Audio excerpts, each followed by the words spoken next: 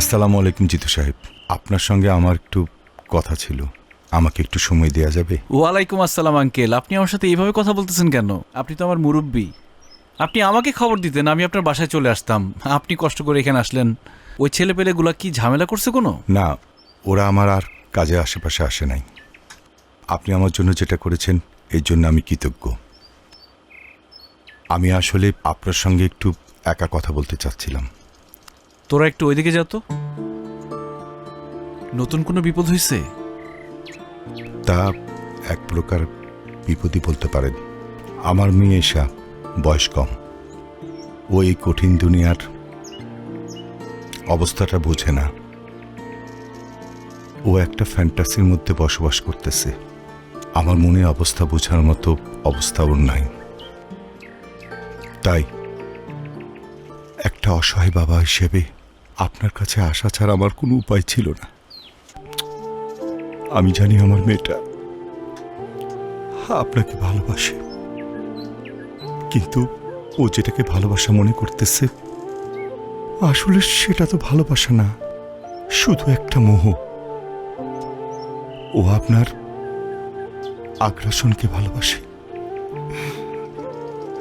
যেদিন আপনার জীবনে স্থিরতা চলে আসবে সেদিন তো এই মোহটা কেটে যাবে। আপনারা দুজনে কেউ সুখী হতে পারবেন না। তাই একজন অসহায় বাবা হিসেবে আপনারে আমি অনুরোধ করতেছি, আমার মেয়েটার সাথে আপনি আর বন্ধুত্ব রাখেন না। আমি আশা করব আপনি আমার এই রিকোয়েস্টটুকু রাখবেন, প্লিজ।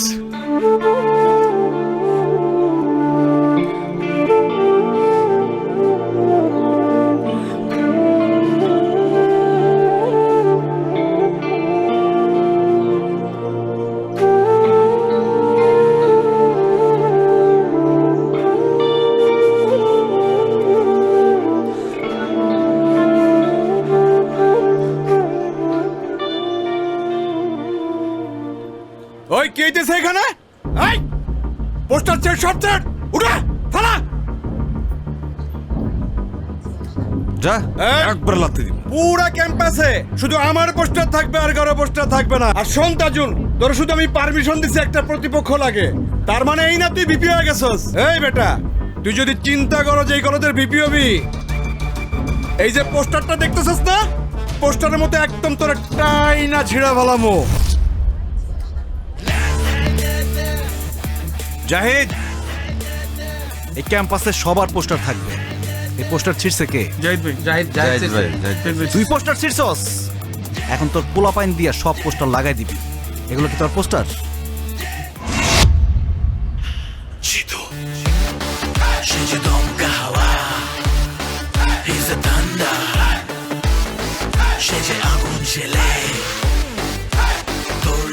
এটা কিছু বলবেন না এখনো? দেরি কর। তো তোমাদের যেটা বলছিলাম, ঠিকমতো ক্লাস করবা, কোনো ঝামেলা হইলে আমাকে বলবা, সেটা আমি দেখব। জি ভাই। ঠিক আছে? জি ভাই। তোমার সাথে আমার কথা আছে জিতু।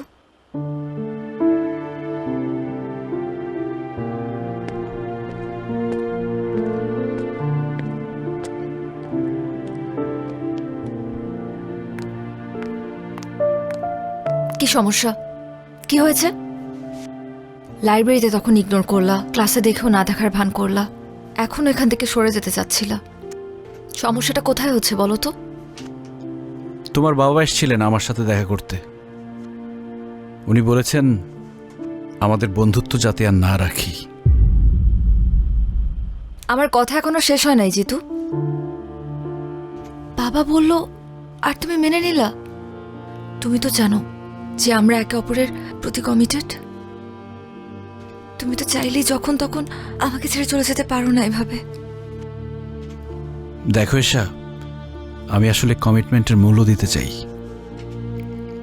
আমাদের মধ্যে কমিটমেন্ট ছিল আমরা সারা জীবন একজন আরেকজনকে ভালোবাসবো।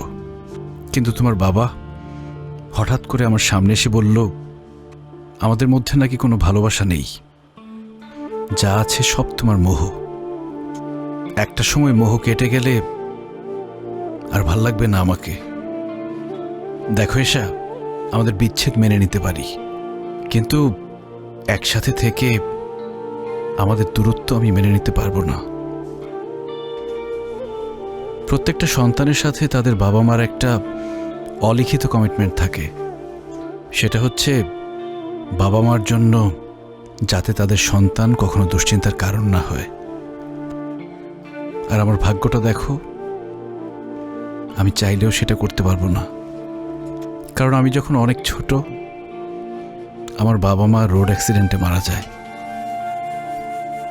কখনো খেয়াল করে দেখেছো যে কেউ যে কোনো বিপদে পড়লে আমি কেন ছুটে চলে যাই? আমি সবার মধ্যে আমার পরিবারকে খুঁজে পাই।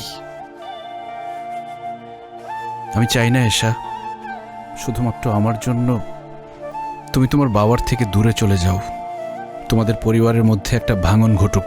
আমি এটা চাই না। তোমার বাবা তোমাকে নিয়ে অনেক ইনসিকিউরড। উনি যেটা চায় সেটাই করা উচিত আমার মনে হয়।